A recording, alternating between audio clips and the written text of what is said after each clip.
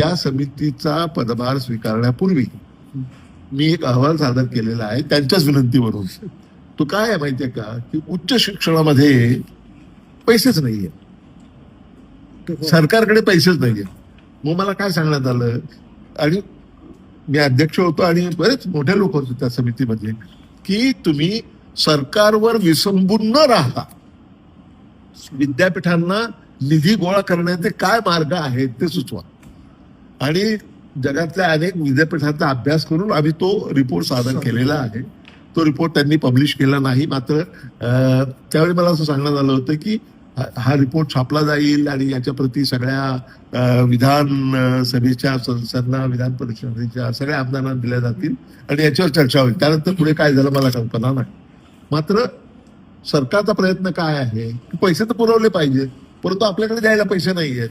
त्याची कारणं वेगळी आहेत. त्यामध्ये